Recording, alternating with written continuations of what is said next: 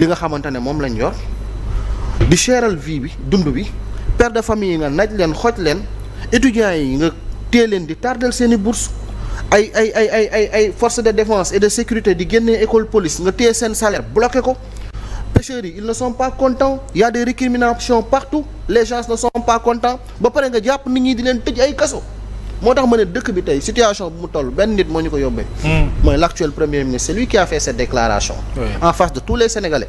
moo toog def point de presse toog ne Sénégal dañoo am ñun ne tout simplement Cour des comptes ak rapport yi nga xamante ne am na fi depuis de durée temps jusque le temps dañ koo falsifié. loolu nag mënoo koo wax ki lay abal xaalis.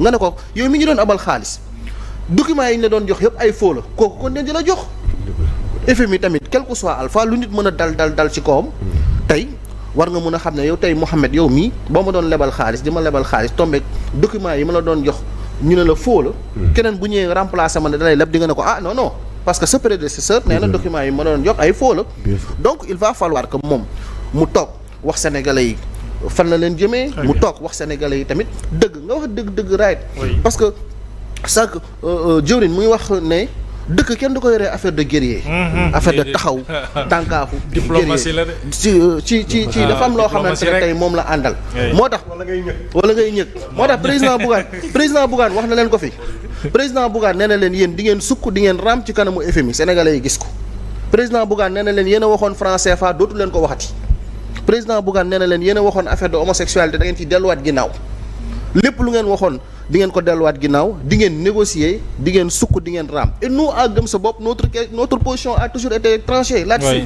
Aujourd'hui l'histoire vous semble donner raison. Aujourd'hui l'histoire nous a donné raison. Très bien. Bachir.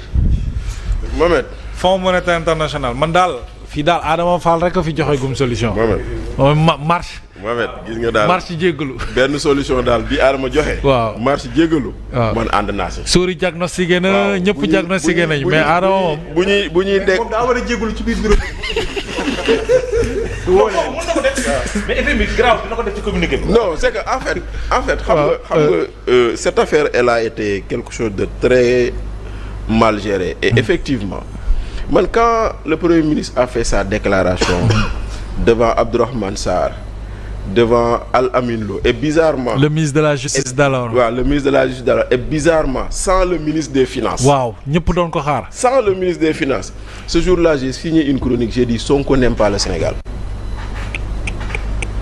parce que dama ne monsieur Kaba mii il a été directeur général des Sénégalais de l'extérieur. Je suis sûr que la direction générale dont il avait hérité tout n'était pas rose. mais taxul génn fenn mu ne ki ma fi jiitu def na fi lii wala def na fi lii. da ngay jël lépp nga dëxëñ nga toog nga muñ. nga gérer looy régler nga régler. oui quand tu hérites de quelque chose tu hérites de l'actif comme du passif. Oui. Tu hérites du bien comme de ce qui est moins bien. Oui. Du moins bon et du pire. kër boo ko hérité di nga hérité duus yi mën na am duus yi seetuñu. nga ñëw defar. karolewaat. mais et voilà. Wow. Donc maintenant est-ce que tu vas venir dire ñu fi nekkoon de dañoo salté ba karo yu duus yi sax dañ ko taxal. mel ni da ngaa tële defar. waaw. C'était ça d'abord la première chose à ne pas faire. Quand tu le fais FMI bi daan dugg ci kër gi naan kër gi tout va bien parce que loolu ngeen ko wonoon mu ne leen won leen ma fan ngeen jaaroon ba man mënumaa gis ce qui n'allait pas. Voilà tout le problème qu'on a. Man j'entends les gens dire le FMI a confirmé la dette cachée. Le FMI n'a pas confirmé de. Ils ont fait un rapport bu doyu leen ils ont pris le rapport du cabinet Mazars et d'ailleurs la question pourquoi ce rapport n'est pas publié. moom la ñëpp di xaar. pourquoi le rapport du cabinet Mazars kenn génnee ko ci biti. muy benn aujourd'hui tey jii nii la sémantique a évolué. Le président Diomaye bi ko journaliste bi laajee j'espère que le rapport sera disponible daf ko ne. waaw c'est pas notre responsabilité. s'il revient au FMI de prendre la responsabilité. de publier.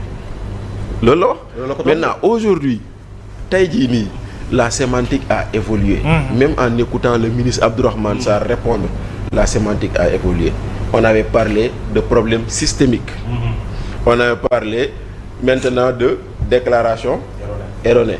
Alors que là la ñu waxoon fausse déclaration dette cachée mais man damay toog yàgg ma ne mais man kan moo may lebal xaalis ma war koo fay mu nangu ma nëbb ni daf ma lebal n'est-ce pas sori yow nit ki da lay lebal xaalis te da nga ko war a fay léegi yow nga ne non da ngay nangu ni moom mi la lebal xaalis du ko wax mais quand on parle de dette cachée posez-vous les questions qui a prêté combien il a prêté à quel taux et comment on a payé mooy lu Omar doon wax ngeen ne dette cachée ngeen dugal ko ci te élément yëpp génnul la. te élément yëpp génnul doo gis kay. te élément yëpp génnul donc tey jii nii dette cachée bi mooy dette bancaire bi ñuy def ñoom te ñu ngi koy def non mais kaay ma may la si le ministre Cheikh Diba est allé chercher 20 milliards à Ecobank sur un problème ponctuel qu'il voulait régler ah. sur un problème ponctuel mais loolu bu dee loolu mooy dette cachée ñu koy def parce que dama leen yàgg wax fii laa ko woon ci Ndoumbéla naan leen soit ce qu'on appelle dette cachée pour moi c'est de la trésorerie ndaxte lui il a été gestionnaire il a été confronté à une situation ponctuelle boo xam ne dafa waroon génne xaalis mu xool quelqu'un bu ko avance après mu régulariser. oui. oui. Où sont les 8 milliards de l'inondation de l'année dernière. jeex na waroon dem Podor. jeex na. dañ ko annoncé. commencé distribuer yeggul. parce que amatuñu woon ressource pour yeggali ko. yeex na te dugaluñ ko ci LFR bi. mu ngi noonu. màggal bële. donc c'est dire que pour man. waaw damaa jàppoon ni lu ñu tuddee dette cachée en réalité c'est de la trésorerie. man loolu laa gëm man. parce que da ngay am un problème ponctuel weer bi dee na étudiants yi bëgg a yëngal nga ne Ecobank géral ma salaire xaw ma bourse étudiants yi waaw da ngay toog trimestre bi mot na ñu war a fay bourse familiale yi nga ne poste géral ma voilà léegi nag ci loolu. waaw pour équilibrer yow tes comptes. oui mun nga retarder l'écriture mais merci pour beaucoup le mois prochain. mais merci beaucoup. léegi au mois T ñu jëlee la fi. waaw ñu war koo bind. waaw nga ne dañ ko caché. c'est alors que simplement. non. mais non yow da nga waroon équilibrer. ça se passe comme ça. mais bien sûr mais bien sûr oto bi taxaw gaare. wala wala 80 milliards. wala nga toog loolay dette cachée. wala nga toog xoola wala nga toog at bi di jeex nga ne dépenses yi nii je vais les reporter à l'année prochaine. exactement. genre yooyu c'est-à-dire que c'est un jeu d'écriture boo xam ne yàgg na fi ma jox leen leneen loo xam ne mën nañ ko considérer. dafa am solo de waaw il faut nga xam aussi. ñoom léegi bor boobu nu ñu koy def. ma jox la beneen exemple. waaw tey jii nii dans le budget du Sénégal Adama Fall est instituteur les corps émergents boo déggee corps émergent mooy volontaire vacataire maître contractuel professeur contractuel ñoom ñëpp seen salaire nekkul rubrique salaire ministère éducation mais ñëpp xam nañ ko. évidemment. mais est-ce pour autant qu'on va dire qu'on a triché? Mais c'est un mécanisme que les États ont trouvé pour ne pas faire exploser la masse salariale. ok oui. parce que bokkul ci masse salariale. oui bokkul ci masse salariale bi. loolu moo waraloon pendant très longtemps nga dégg volontaires yi ñu naan dañuy yéex a fay. parce que boo demoon trésor. bu weer bi deewee trésor ñaari priorité la amoon. waaw payer la dette. et les salaires. les salaires. boo ko indilee dépense boo xam ne rubrique matérielle la dugg danaa naxaar. te fekk salaire u enseignant yi dañu dugal rubrique matérielle. les vacataires ak vacataires yi. quand même. donc c'est-à-dire que man moo tax man dama doon toog ma naan moi j'ai pas attendu Macky Sall. mais bien sûr mënu ko ñàkk bañ a xam waay moi c'est peut-être pour la raison pour laquelle tu ne l'as pas vu à côté du Premier ministre peut-être. moi je dis. Moi, j'ai pas attendu le président Macky Sall pour savoir qu'une dette ne peut être cachée.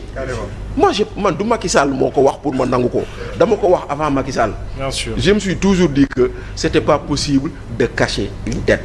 Maintenant, dans le jeu d'écriture, il y a des aménagements qui peuvent se faire, mais sans que ça ne soit de la falsification. Oui. Et ça c'est volontaire hein. Voilà, sans que ça ne soit de la falsification. boo demee trésor dañu naan non boy semaine bi mission FMI day ñëw kon bon quand on fait les rapprochements pour équilibrer lii bu ko dugal téye ko. voilà oui. ñu toog benn mois au niveau de l'ASP. oui. ñu toog xale bi xaw a tardé quoi. waaw.